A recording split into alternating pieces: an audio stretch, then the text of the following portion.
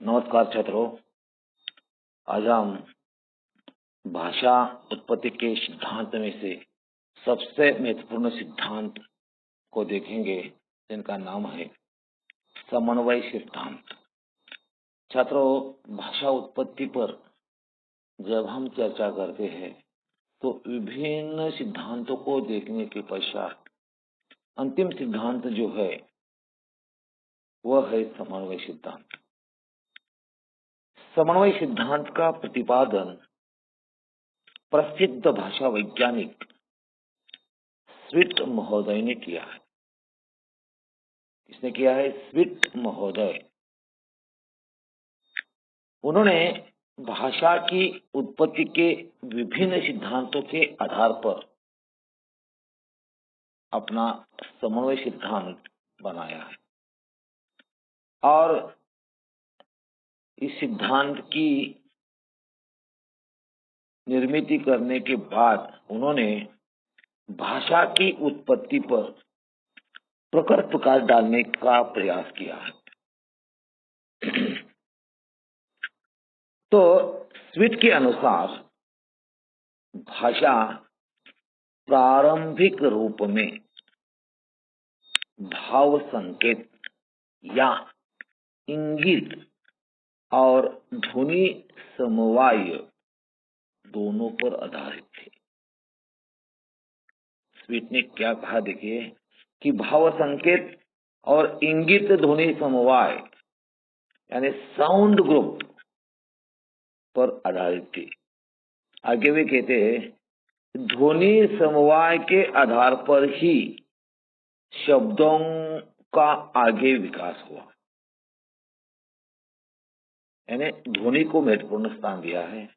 और फिर वो आगे कहते हैं कि स्विट के अनुसार प्रारंभ में 3 प्रकार के शब्द समूह थे। कितने शब्द समूह थे? 3 प्रकार के। कौन कौन से है? देखिए, अनुकरणात्मक, भाववेशक, व्यंजक और तीसरा है प्रतीकात्मक। 3 प्रकार के क्या है कि शब्द के समूह जो है स्विट महोदय मानते हैं। और फिर वे आगे कहते हैं कि तीसरे प्रकार के शब्दों का भाषा के विकास में महत्वपूर्ण स्थान है। तीसरा प्रकार कौन सा है छात्रों?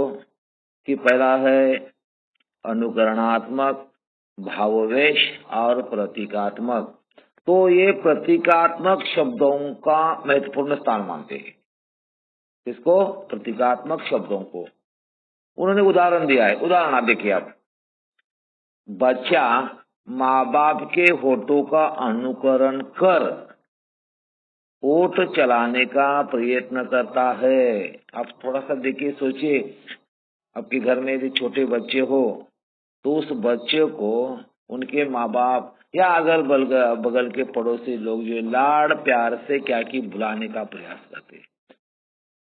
जैसे मम मम मम मम बोलता है, बाबा बोलता है, ऐसा। इसलिए बच्चा माँ बाप के होठों का अनुकरण कर वोट चलाने का क्या करता है कि प्रयास करता है। और म, ब, प आदि वोष्टेय ध्वनियों या समूह का सहज उच्चारण कर बैठता है।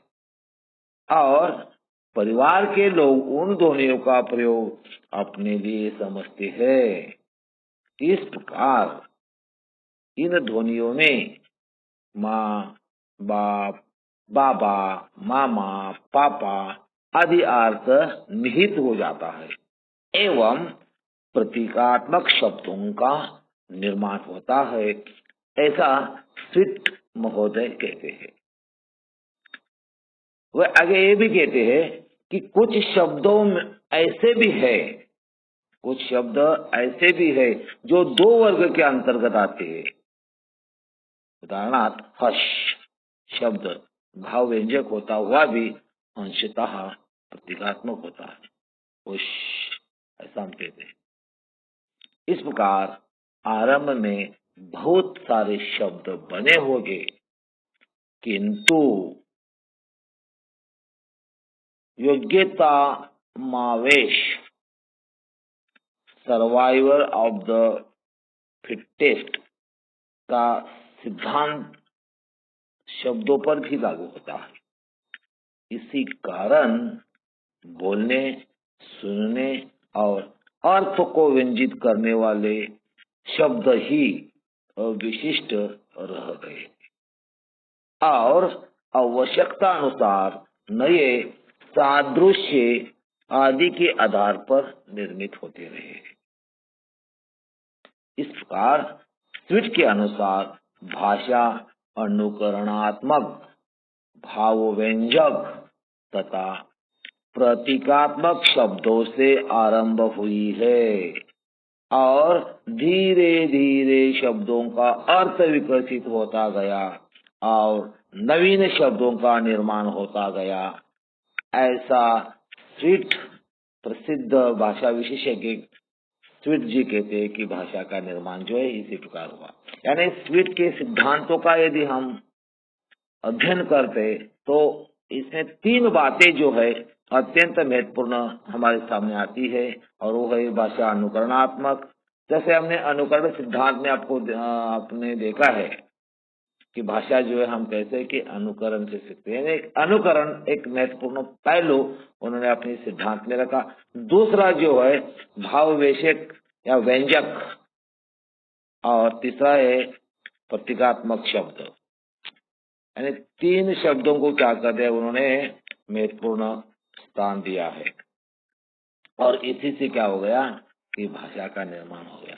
लेकिन फिर भी छात्रों उन्होंने ध्वनि को महत्वपूर्ण स्थान दिया, ध्वनि को भी स्वीकार किया, लेकिन सिद्धांत पर भी कई त्रुटियां जो है हमें दिखाई देती है।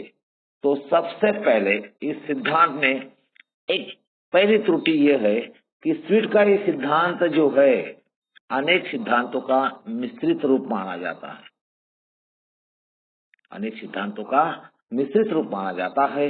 इस सिद्धांत के पूर्व जितने सिद्धांत है वे मानव को वाणीविहीन स्वीकार करते हैं। इस सिद्धांत में आदिम पुरुष को वाणीविहीन कल्पित करना सर्वथा असमीचीन है।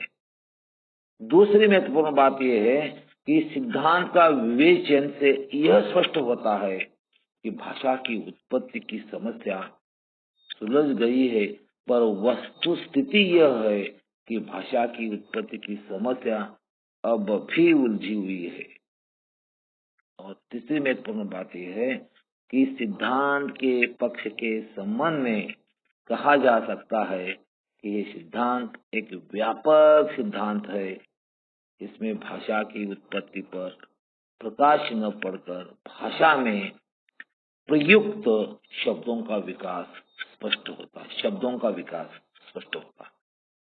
इस प्रकार छात्रों भाषा की उत्पत्ति जो है, इस उत्पत्ति के बारे में यदि हम सोचते हैं तो विविध प्रकार के सिद्धांत, विविध प्रकार के वाद हमारे सामने आ जाते हैं और भाषा जो है किस प्रकार बने, उसकी उत्पत्ति कैसे हुई, हर एक भाषा विशेषज्ञ ने अपने अपने परि से एक नई संकल्पना जोड़कर भाषा उत्पत्ति की व्यापक चर्चा जो है करते हुए हमें दिखाई देते हैं।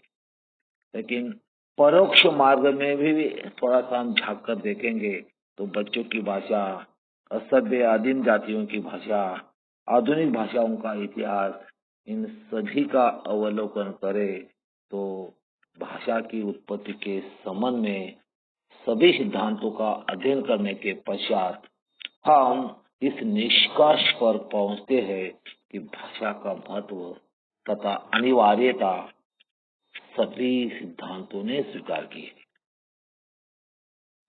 इनसे भाषा के विकास पर निश्चित रूप से प्रकाश पड़ता है, पर भाषा की उत्पत्ति की समस्या उलझी रहती है।